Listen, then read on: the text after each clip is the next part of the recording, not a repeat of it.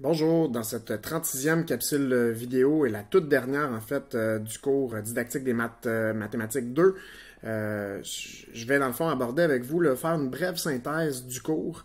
Donc ce ne sera pas possible évidemment de résumer tout ce qui a été vu toutes les semaines avec toutes les capsules, les lectures, les explorations, tout ce qu'on aura fait, mais ça se veut un bref aperçu pour essayer de ramener en fait les concepts plus importants, disons. Donc, si on commence d'abord avec le bilan des lectures, donc j'irai pas en détail, donc c'est sûr que ce serait bien en fait de compléter là, lors de l'écoute de cette capsule-là, pour vous, ce serait bien de consulter de votre côté aussi les diaporamas des séances de classe virtuelles là, pour voir aussi les aspects importants qui ont été relevés pour les retours sur les lectures, puis aussi vos propres rapports de lecture aussi. Mais si on regarde rapidement, on a vu plusieurs des chapitres Pardon, il y a une petite coquille. Donc, plusieurs des chapitres de l'ouvrage obligatoire de Van der Waal et Levin. Donc, dans le chapitre 2, on a commencé par parler des premiers concepts du nombre, la numération, apprendre à se compter, dénombrer. Ensuite, chapitre 5 avec les concepts de base 10, le système de positionnement aussi. Le sens des opérations dans le chapitre 3. Ensuite, les stratégies de calcul avec les stratégies personnelles pour ensuite arriver avec l'algorithme, avec les stratégies dites plus traditionnelles. Dans le chapitre 6. Dans le chapitre 4, on a parlé de la maîtrise des tables, ce qu'on appelle aussi autrement les faits numériques de base, donc les tables d'addition et de multiplication. On a ensuite parlé pendant quelques semaines des fractions, donc avec le chapitre 9, mais aussi en allant dans le tome 2, dans le chapitre 10 du tome 2. Donc pour 4e, 5e, 6e année du primaire, on a pu aller un peu plus loin sur les fractions en parlant d'opérations sur les fractions. Toujours dans ce même tome 2, dans le chapitre 7, il y avait les nombres décimaux et les pourcentages, puis aussi les opérations avec les nombres décimaux, pourcentages et les conversions de fractions en nombres décimaux à pourcentage. Ensuite, pendant quelques semaines, on a parlé de probabilité, notamment dans le texte de Caron 2001 où on parlait d'un jeu très simple avec qui peut se faire dès le premier cycle du primaire avec la somme de 2D. Ensuite, l'introduction de l'ouvrage collectif qui mettait un petit peu la table puis qui expliquait en fait pourquoi la pertinence en fait de l'enseignement des probabilités dès le primaire. Poirier-Carbonneau, ça c'était avec le compte probabiliste et un chapitre aussi que j'ai écrit qui était sur les rôles des simulateurs pour enseigner les probabilités avec l'approche fréquentielle. Donc, on a parlé de probabilité. Il y a le chapitre 12 aussi du livre obligatoire du cours qui a continué à parler de probabilité. Puis, toute dernière lecture que vous venez de faire, le chapitre 10 qui traite de raisonnement algébrique. Donc, maintenant qu'on a fait ce bref aperçu-là, en fait, qui correspond à tous les thèmes du cours, là, si on regardait vraiment dans le plan de cours, le contenu spécifique de chacun des cours, ça correspond, dans le fond, à ces contenus-là. Donc, et dans les objectifs, ça c'est les thèmes, mais si on regarde les objectifs spécifiques du cours, à chaque fois, chaque capsule vidéo commençait, dans le fond, avec un objectif spécifique. Donc, on va avoir eu plusieurs capsules vidéo, en fait, qui vont amener à analyser une activité d'un point de vue didactique en identifiant soit les raisonnements, des fois les conceptions, les difficultés, les erreurs possibles pour l'élève, puis dans certains cas, on parlait aussi d'interventions appropriées. D'autres capsules qui ont parlé d'établir des liens articulant entre les différents concepts mathématiques élémentaires, autant en arithmétique ou en probabilité, selon où on était rendu dans la session, pour pouvoir préparer et piloter des situations d'apprentissage stimulantes. Il y a eu quelques capsules historiques là, qui amenaient à posséder des notions historiques concernant l'émergence d'un domaine mathématique. Puis, en termes de ressources ou d'instruments, on voulait appuyer toute connaissance mathématique sur l'utilisation de différents instruments, que ce soit l'ordinateur avec des sites, par exemple, la calculatrice, le lexique mathématique, du matériel de manipulation. On a aussi parlé d'évaluation avec les grilles d'évaluation, par exemple, certains documents ministériels, la progression des apprentissages. Donc, oui, utiliser ces instruments-là, ces ressources-là, mais toujours en exerçant un jugement critique. Donc là, maintenant, c'est la 36e capsule, donc je vais faire un survol des 35 capsules en faisant ressortir, en fond, les éléments de synthèse. Puis je vous invite, dans le fond, vous, de votre côté aussi, à prendre un temps d'aller ressortir vos notes. Puis vous pouvez profiter, en fait, de cette capsule-là pour en même temps revisiter vos notes, revoir un petit peu les grands thèmes, les grandes idées du cours. Donc, si on regarde la première capsule, donc c'était l'histoire des nombres et leur recours à ce jour.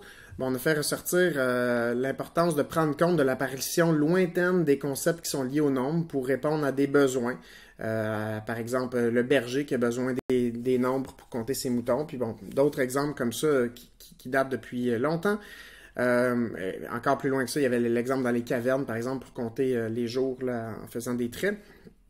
Avec les nombres aussi, faire ressortir le développement des premiers concepts du dénombrement chez les jeunes enfants, illustrer la place de l'arithmétique au quotidien ainsi qu'à l'école primaire, puis suggérer quelques exemples de matériel de manipulation. Donc, vous avez utilisé d'ailleurs du matériel de manipulation à plusieurs reprises dans le cours. Je vous avais invité, dans le fond, je vous avais demandé d'avoir avec vous du matériel ciblé, en proposant aussi d'autres matériels. Puis je vais en faire ressortir explicitement dans d'autres capsules, pour d'autres capsules, l'apport des trois types de matériel que je vous demandais d'avoir.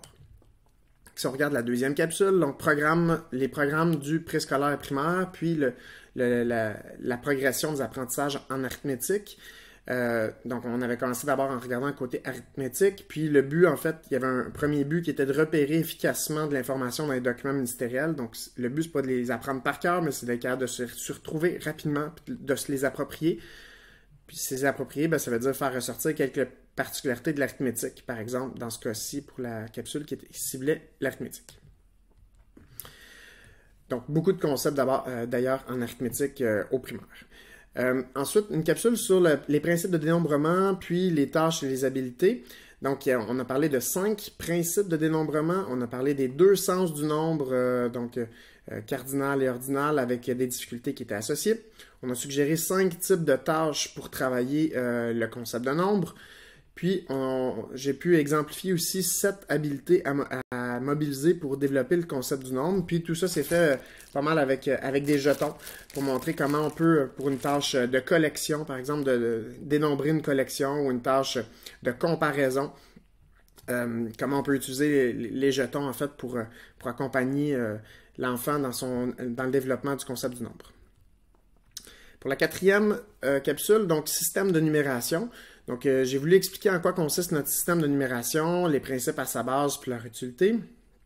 J'ai pu discuter aussi en quoi le matériel de manipulation, entre autres, encore une fois, les jetons, est utile dans l'apprentissage de la numération tant du côté de l'élève que de l'enseignant.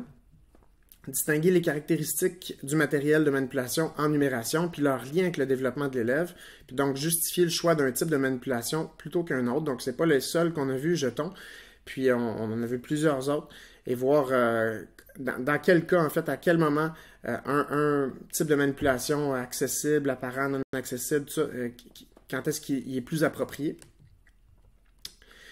On a parlé de quelques particularités de la numération, donc distinguer chiffres et nombres aussi par rapport à numéros, résultats, données. Je suis revenu souvent là-dessus, j'ai un petit peu insisté par rapport à ça, là, à utiliser le bon vocabulaire. On a pu identifier aussi quelques difficultés rencontrées dans la numération orale, la numération écrite et leurs liens. Donc, il y a des particularités là, où la logique est parfois respectée, mais dans certains systèmes, c'est plus simple. Puis pourquoi on dit 91, 4 fois 20 plus 11? Donc, il y a comme des incohérences un petit peu qu'on a pu faire ressortir. Puis, de ça peut découler en fait quelques difficultés qui sont liées à la numération qu'on a fait ressortir là, de plusieurs types. Dans la 6e capsule, donc, je vous ai parlé du système positionnel pour expliciter dans un premier temps les particularités de notre système en base 10. J'ai pu nommer des difficultés qui étaient reliées au système positionnel, analyser aussi des erreurs d'élèves qui sont possibles pour essayer d'en expliquer les causes possibles, puis de proposer une intervention qui serait appropriée. Puis utiliser du matériel de manipulation pour donner du sens au système positionnel. Puis dans ce cas-là, le matériel que vous devriez avoir qui vous sera utile dans votre carrière, système en base 10, des blocs en base 10, qui sont très utiles en fait pour travailler le système positionnel avec le concept d'unité, dizaine, centaine. Dans la 7e capsule, en lien avec le sens des opérations, j'ai essayé de vous amener à distinguer puis expliquer différents sens liés à l'addition, la soustraction, la multiplication et la division. Donc, avant même de faire travailler sur ces opérations-là, commencer à parler du sens. Pourquoi dans cette situation-là, si j'ai une résolution de problème, pourquoi je prendrais l'addition plutôt que la soustraction ou la multiplication ou la division? J'ai expliqué comment certains sens, certaines formulations peuvent causer des difficultés aux élèves. Donc, faire attention justement de ne pas être dans une logique de mots-clés, de repérer quel est le mot-clé dans la résolution de problème là, qui nous dit que ça va être une addition, par exemple. j'ai insisté sur l'importance de mettre en contact les élèves avec ces différents sens et de pas on en a vu plusieurs en fait plusieurs structures additives, multiplicatives, puis de pas rester juste dans les mêmes structures, de mettre les élèves en contact dans le fond avec plusieurs structures, puis justement en jouant sur ces structures-là, ben, ça explique comment on peut rendre un problème plus ou moins difficile en jouant sur les variables didactiques. Que ce soit par les choix de nombres, par le choix de la structure, selon si la solution va être un nombre entier ou un nombre décimal ou fractionnaire, ou bon, selon comment on va organiser en fait notre problème, notre énoncé, ben, ça va faire un problème qui peut être très facile ou très difficile à résoudre selon le cas pour l'élève. La 8e capsule, c'était le retour sur la question numéro 2 de l'évaluation diagnostique. Donc, c'était, je vous rappelle, si vous ne l'avez pas loin aussi, vous pouvez toujours la regarder. D'ailleurs, je trouve toujours ça intéressant. Si vous refaisiez au complet votre évaluation diagnostique maintenant, à ce moment-ci, je pense que ça serait beaucoup plus facile. Vous auriez beaucoup moins de difficultés qu'au début de la session. Et c'est normal, en fait. C'est souhaitable, en fait. Donc, la question numéro 2... on a pu analyser vos productions, là, comme c'était des productions d'élèves, en faisant ressortir qu'est-ce qui a été compris, qu'est-ce qui doit être travaillé. Puis c'est en lien avec le concept de nombres premiers, de nombres composés, multiples et diviseurs. Donc on a pu refaire un petit peu de ménage dans tout ça, réactiver ces concepts-là. D'autres concepts liés aux opérations dans la capsule 9. Donc, je vous ai amené à décortiquer les concepts de plus grand comme un diviseur et de plus petit comme un multiple, de donner du sens à l'arrondissement, d'aller au-delà du truc de juste on regarde après si c'est 5 ou plus. Donc, vraiment d'essayer de regarder quels sont les nombres qui entourent le nombre que je veux arrondir. De faire ressortir aussi quelques stratégies d'estimation. Puis de rappeler l'importance du matériel de manipulation pour travailler les opérations. Encore une fois, le matériel des blocs en base 10 là, qui est particulièrement approprié dans ce cas-ci. Pour travailler les opérations, donc pour donner du sens, par exemple, à 234 plus 127. Pour, justement, en allant plus particulièrement maintenant dans ces opérations-là, donc il y avait une capsule sur l'addition et la soustraction en comparant les procédures personnelles qu'on devrait en fait amener les élèves à développer avant de se rendre aux algorithmes. Donc, je vous ai amené à expliquer et illustrer l'importance des processus personnels par rapport aux structures additives, à verbaliser correctement un algorithme conventionnel. Donc, on ne veut pas commencer par l'algorithme, mais quand on va s'y rendre, ben, il faut le verbaliser correctement et pas juste être dans la recette de gâteau. Là, je fais ça, puis ça, puis ça, puis ça, sans qu'il y ait aucune logique. Donc, essayer de verbaliser, donner du sens à ça. On a pu analyser des difficultés et des erreurs concernant un algorithme conventionnel, puis proposer une intervention qui s'appuie sur des raisonnements mathématiques impliqués. On a fait à peu près la même chose pour la multiplication. Donc, d'expliquer l'importance des processus personnels, encore une fois, par rapport aux structures multiplicatives cette fois-ci, de verbaliser l'algorithme, d'analyser des difficultés et erreurs, puis de proposer une intervention. Puis, on a fait la même chose pour la division, qui est peut-être l'opération qui est la plus difficile, autant pour les élèves que pour vous, à verbaliser puis à donner du sens et tout ça. Donc, c'est quelque chose qui est important, en fait, de travailler de votre côté.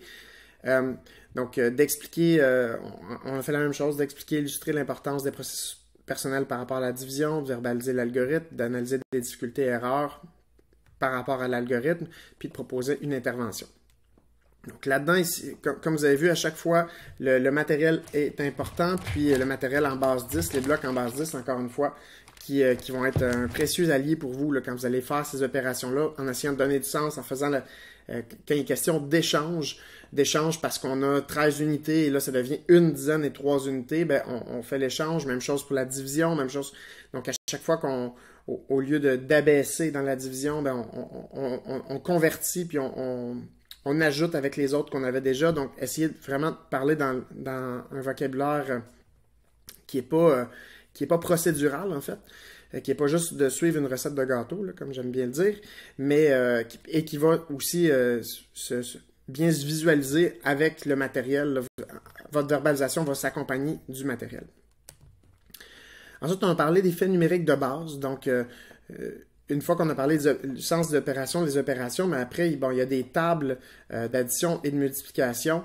Donc, mais au lieu de juste les apprendre par cœur, avant de faire juste l'exercice d'automatisation, il y a des exercices d'approfondissement. Donc, qu'est-ce qu'on peut faire comme exercice d'approfondissement? C'est de faire ressortir des stratégies pour aider les élèves à ancrer vraiment ces faits numériques de base-là pour qu'il n'y ait plus de questions à se poser, puis que 13 plus 8, ils puissent le faire, c'est pas un bon exemple, mais 3 plus 8, directement, ils puissent le faire, ça va donner 11, pour qu'après, justement, quand ils vont être dans une opération plus complexe, où ils vont avoir justement à faire 3 plus 8, ou 13 plus 8, ou 23 plus 8, ils vont comprendre la logique, ils vont être capables de réinvestir, en fait, ce fait numérique de base-là pour faire des calculs plus facilement mentalement. On a pu aussi souligner l'utilité de connaître les tables d'addition et de multiplication là, pour faire du calcul mental. Donc, c'est exactement ce que je viens de dire. Capsule 14, donc des tâches en arithmétique issues de ressources didactiques. Donc, je voulais, dans un premier temps, faire prendre connaissance de quelques ressources didactiques qui existent, puis qu'est-ce qu'on retrouve là-dedans, qu'est-ce qu'elles contiennent. Puis, je vous ai amené à analyser quelques exemples de tâches pour faire ressortir, oui, leurs apports, mais leurs limites. Puis, dans l'idée d'agentivité didactique, quelles adaptations possibles on peut faire pour favoriser l'activité mathématique de l'élève. Il faut rappeler le thermostat, donc vraiment, on ne veut pas que ça pue les maths, on veut que l'élève ait la liberté, en fait, de se poser des questions, de répondre à ces questions, et non pas qu'il suive justement une règle très précise, une procédure très précise. Capsule numéro 15, donc les différents sens de la fraction. Donc, on a pu d'abord préciser ce qu'on entend par fraction en distinguant avec l'écriture fractionnaire. Je vous ai expliqué aussi des concepts liés aux fractions, donc le taux de référence, qui est vraiment important. Le fait que quand j'ai des quarts, ben, ces quarts-là sont partagés. J'ai un taux de référence qui est partagé en parties de taille égale. Donc, chacun des quarts a la même taille. Donc, ça me prendrait 4 fois cette même quantité-là pour constituer mon tout. Puis, les différents sens des fractions aussi qui ont été travaillés. Encore une fois, un peu comme les structures additives ou multiplicatives, l'idée qu'il faut mettre en contact l'élève avec les différents sens des fractions et non pas un seul. Dans la capsule, puis j'ai pas dit, mais la capsule 15, donc c'était les réglettes. Donc, quand on arrive dans les fractions, les réglettes peuvent être utilisées pour autre chose que les fractions, mais c'est sûr que je trouve que c'est l'outil de prédilection là, pour les fractions, comme l'avait dit aussi Marilyn Godette là, dans la plus récente capsule vidéo. Donc, pour la capsule 16, des problèmes liés aux fractions puis des solutions d'élèves. Donc, on a pu résoudre des problèmes, justement, qui sont liés aux fractions en s'appuyant sur des représentations concrètes, comme les réglettes, puis des représentations imagées aussi, comme les dessins. Puis, on a pu analyser des solutions d'élèves en ayant recours aux fractions. Ensuite, on a parlé de la représentation des fractions puis des difficultés. Donc, on a exploré différents types de matériel pour représenter des fractions. Encore une fois, les réglettes, mais on a parlé aussi des jetons, où on peut utiliser les jetons bicolores puis faire ressortir la fraction de certains jetons jaunes par rapport aux jetons en tout qui sont jaunes et rouges, par exemple. Donc, on peut ressortir les jetons. Les jetons, ce n'est pas utile seulement au tout début et donc au dénombrement.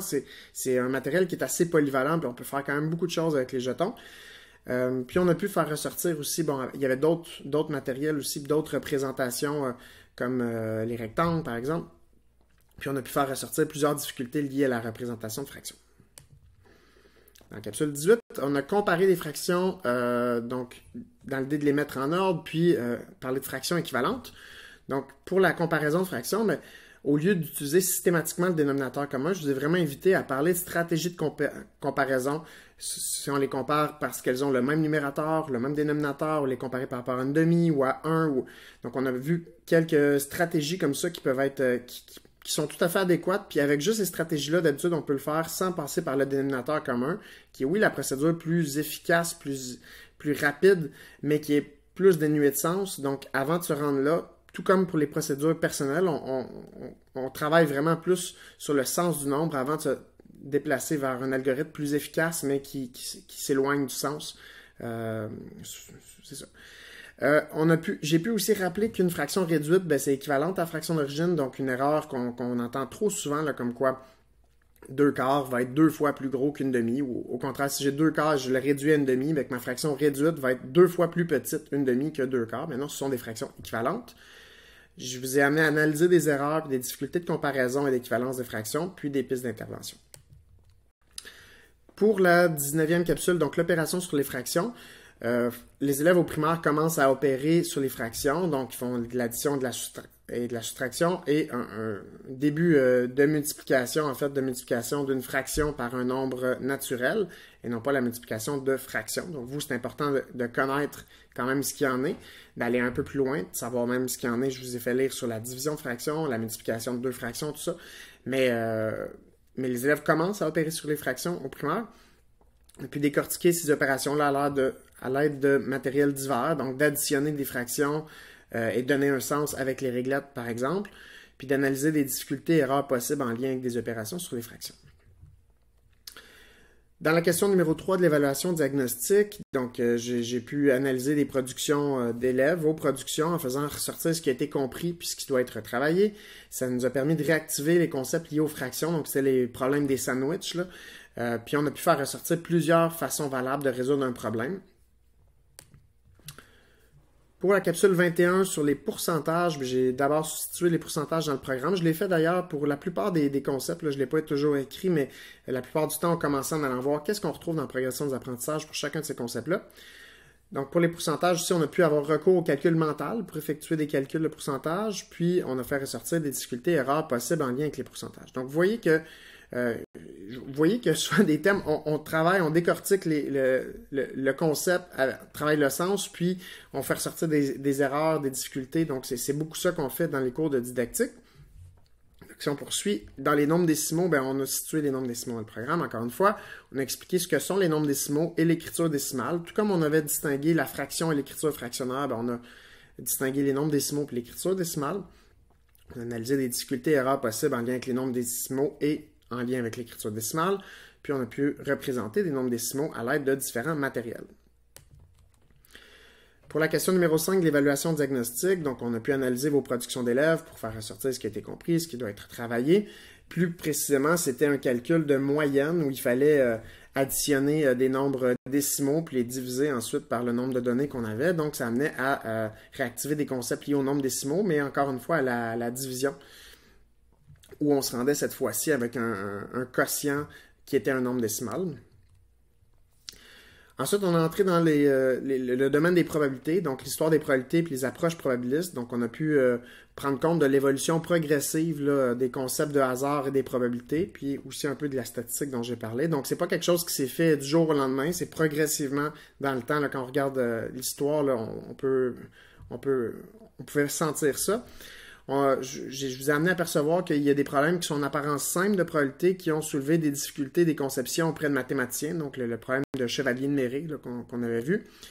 On a pu distinguer 3 approches probabilistes, donc l'approche, puis on en a parlé dans les dernières semaines quand même pas mal, donc l'approche théorique, l'approche fréquentielle, l'approche subjective, donc les distinguer, puis faire ressortir la pertinence aussi de les articuler dans l'apprentissage, donc pas être juste dans une approche théorique, par exemple, d'amener aussi les élèves à réaliser des essais, à faire des prédictions aussi, donc vraiment articuler les 3 approches, puis distinguer les perspectives de probabilité puis de la statistique. Donc la statistique, on regarde dans le passé, on observe des résultats du passé, puis on va aller inférer pour le futur, puis là, dans cette perspective-là, on passe en probabilité. Pour l'analyse des documents ministériels en probabilité, on a encore une fois, c'était la deuxième fois qu'on le faisait, donc on a repéré, c'était de repérer efficacement des concepts probabilistes à l'étude, puis leur progression là, dans les documents ministériels. Encore une fois, le but, ce n'est pas de tout connaître par cœur la progression des apprentissages, mais de retrouver rapidement l'information. On a pu faire ressortir des particularités des probabilités dans les documents ministériels, puis souligner l'intérêt d'aborder des notions historiques dans des discussions avec les élèves, là, notamment en probabilité quand on en parlait ici.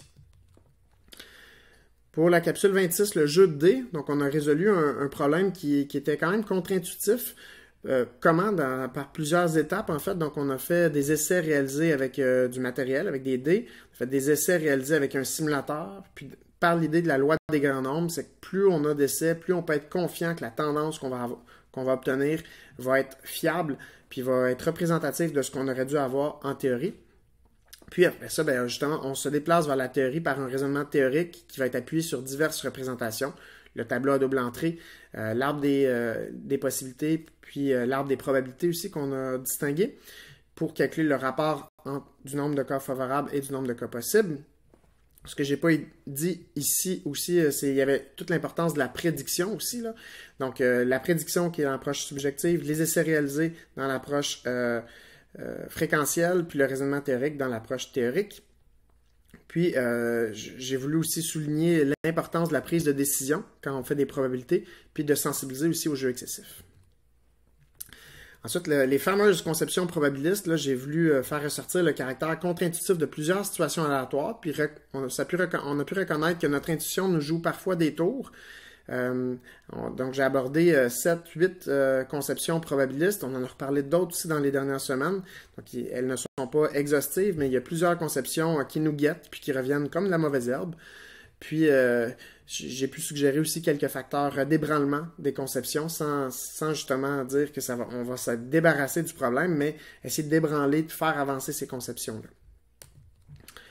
Capsule 28, je parlais de matériel. Oui, il y a du matériel typique, les dés, les pièces de monnaie, les cartes, mais on peut penser à du matériel atypique aussi du quotidien, comme le gobelet, par exemple, le pince-feuille, mais d'autres matériels aussi comme atypiques, comme la bouteille probabiliste. Donc, on a pu expérimenter puis analyser des situations qui ont recours à ce genre-là de matériel atypique. On a pu souligner l'importance de réaliser un grand nombre d'essais dans les mêmes conditions si on veut réunir ces essais-là, pour que les fréquences permettent d'inférer avec confiance la probabilité théorique. Puis on a pu faire ressortir dans ce cas-là, vu qu'on va avoir un grand nombre d'essais, on fait ressortir l'apport de simulateurs en complément à réaliser des essais avec du matériel. Donc les deux se complètent et non pas le simulateur remplace les essais faits avec du matériel. On est revenu finalement sur les... pas finalement, mais sur les questions numéro 1 et 4 de l'évaluation diagnostique. Donc, je vous ai amené à prendre en compte la complexité de réaliser une bonne intervention là, qui fait avancer l'élève. Donc, ça, c'était la question 4. Donc, comment intervenir auprès d'Amélie Benoît là, selon ce qu'il pense après avoir eu pile quelques lancers de pièces de monnaie. Donc, est-ce que la séquence va se poursuivre ou va s'inverser? On a pu aussi énumérer diverses possibilités d'intervention qui étaient précises, réfléchies, tout ça, dans l'idée d'avoir un coffre à outils bien garni et non pas juste une seule intervention, puis on espère que ça va être suffisant pour les élèves. Puis ça nous a amené à faire une analyse, c'est quoi une analyse didactique d'une tâche ou une analyse conceptuelle pour vraiment décortiquer quels sont les raisonnements attendus, les difficultés, les erreurs possibles, les interventions en lien avec une tâche ou un concept. Concernant la pensée probabiliste et des idées de situation pour la mobiliser, on a commencé par définir ou au moins circonscrire qu'est-ce que est la pensée probabiliste. On a vu deux modèles, un qui est basé sur l'âge, un qui n'est pas basé sur l'âge, avec différents stades de développement ou niveau de développement. Je vous ai proposé quelques idées pour mobiliser la pensée probabiliste avec des élèves du primaire. Notamment, on a pu analyser plus en détail une séquence d'activités qui a recours aux approches fréquentielles et théoriques. Puis on suggérait là, que ce serait possible de la bonifier en ajoutant l'approche subjective aussi. Concernant l'évaluation, donc dans une première capsule, je vous ai parlé des repères théoriques pour évaluer les apprentissages en mathématiques au primaire. Donc, on voulait d'abord se familiariser avec les compétences à évaluer, les 3 compétences à évaluer en mathématiques. En fait, il y a 3 compétences, mais il y en a 2 seules qu'on évalue pour le bulletin, de façon sommative. On le fait à l'aide de critères qualitatifs. Je vous ai parlé des grilles, par exemple. Donc, comment opérationnaliser l'évaluation avec des grilles qu'on veut personnaliser pour chaque situation par des critères qualitatifs ou quantitatifs, donc dans l'idée d'éléments observables. Puis après ça, après avoir vu ces repères théoriques-là, on a mis ça en application en évaluant 2 solutions d'élèves de 5e année. On a pu voir que c'est pas simple d'évaluer une situation de problème. On se pose beaucoup de questions. Il faut établir beaucoup de balises. Donc, il faut opérationnaliser une grille générale en grille spécifique. On a pu faire ressortir aussi que c'est normal qu'il y ait des différences dans le jugement qu'on porte, à quelques points près, là, mais ce ne serait pas normal si pour une même copie d'élève, disons, si quelqu'un dit ça c'est un B+, ou quelqu'un d'autre dit non, c'est un échec, ça c'est un D. Donc, il faut qu'on arrive à s'entendre puis à bien comprendre, en admettant tout de même que l'évaluation demeure subjective, mais il faut essayer de trouver les balises les plus claires pour que l'élève puisse aussi comprendre ce qu'il n'a pas compris. Donc, ça, c'est vraiment important dans ce type de tâche-là. Finalement, pour l'évaluation diagnostique, c'était la dernière question sur laquelle on revenait. Donc, on a qui était en lien avec les difficultés, quelles sont les difficultés en arithmétique et en probabilité. Au début de la session, c'était pas simple d'anticiper des difficultés précises en arithmétique et en probabilité, mais c'est essentiel pour parvenir à intervenir efficacement. Donc, j'ai voulu susciter une réflexion sur les difficultés associées à des erreurs d'élèves, puis on l'a fait, comme vous avez pu voir, là, en faisant ce survol-là des capsules, quelque chose qui est revenu vraiment souvent pour beaucoup de capsules, faire ressortir des difficultés, des erreurs d'élèves, essayer d'analyser, de proposer une intervention. Donc, je crois que vous aurez beaucoup avancé, vous aurez beaucoup appris, je l'espère du moins, dans ce cours-ci. Les capsules 34 et 35 que je traite en bloc, qui était la conférence de Marilyn Godet, on a pu profiter de son expérience. Elle nous a amené à faire un survol des difficultés puis des leviers de l'enseignement-apprentissage en mathématiques, à identifier les fondements de l'enseignement-apprentissage en mathématiques, à proposer des interventions efficaces en mathématiques, notamment avec du matériel indispensable là, pour ces interventions-là. Puis, comme bilan des explorations, donc là, dans le fond, j'ai parlé très sommairement au début des lectures en vous invitant à vous référer aux éléments importants que j'avais fait ressortir dans chacun des diaporamas des séances de classe virtuelle. Là, je viens de faire un bref survol de chacune des 35 capsules vidéo précédentes. Puis, il y avait aussi une tâche, à chaque semaine, vous aviez des explorations à faire. Donc, vous aurez pu, là, à travers, dans le cours, je pense que ça vous aura donné quand même une belle exploration, là, en allant voir à la fois Edpuzzle, NetMath, un site de bloc en base 10, là, un site de bloc virtuel en base 10, une calculatrice brisée pour travailler la pensée flexible puis les différentes façons d'arriver à une même opération. Une réflexion sur les capsules vidéo, les différents types de capsules vidéo qu'on retrouve, allant du rap à la chanson, à des capsules dites plus classiques. Il y avait un site de fractions pour représenter les fractions. Bon, AlloProf, vous avez fait une exploration plus libre dans Mathsbot, mais il y a plusieurs outils dans Mathsbot. Learning Apps, il y avait aussi une liste d'outils numériques intéressants qui débordait du cadre des mathématiques, où on pouvait aller voir d'autres outils aussi, en fait, pour d'autres matières, d'autres disciplines. En probabilité, il y a plusieurs simulateurs qui ont été explorés. Puis aussi, à l'occasion, à travers les capsules, il y avait d'autres ressources du jour aussi que j'ai fait ressortir à quelques endroits, là, dont une roulette là, récemment. Et puis là, l'exploration, j'espère, se poursuit. Donc, je vous invite à aller voir, si vous voulez aller voir de façon plus détaillée, chacune de ces explorations-là, on est revenu de façon explicite la séance suivante, là, et en faisant ressortir des éléments importants, des apports, mais aussi des limites à chacune de ces ressources-là. Et je vous invite, dans le fond, à poursuivre cette exploration-là tout au long de votre carrière, puis être à l'affût, en fait, des nouvelles ressources technologiques, mais toujours en exerçant un jugement critique, puis en faisant ressortir, oui, les apports, mais les limites aussi. Donc, je vous remercie. Je suis très content, en fait, de ce que j'ai produit dans les ressources de capsules vidéo cette session. Mais je suis très content, en fait, aussi de votre implication. Il y en a qui étaient vraiment très impliqués dans les Edpuzzle. Donc, je vous remercie de cet engagement-là sérieux. Puis j'espère que ces capsules-là vous auront fait beaucoup réfléchir puis qu'elles vous auront permis à mieux vous préparer, en fait, à enseigner les mathématiques au primaire très bientôt. Donc, merci et au plaisir.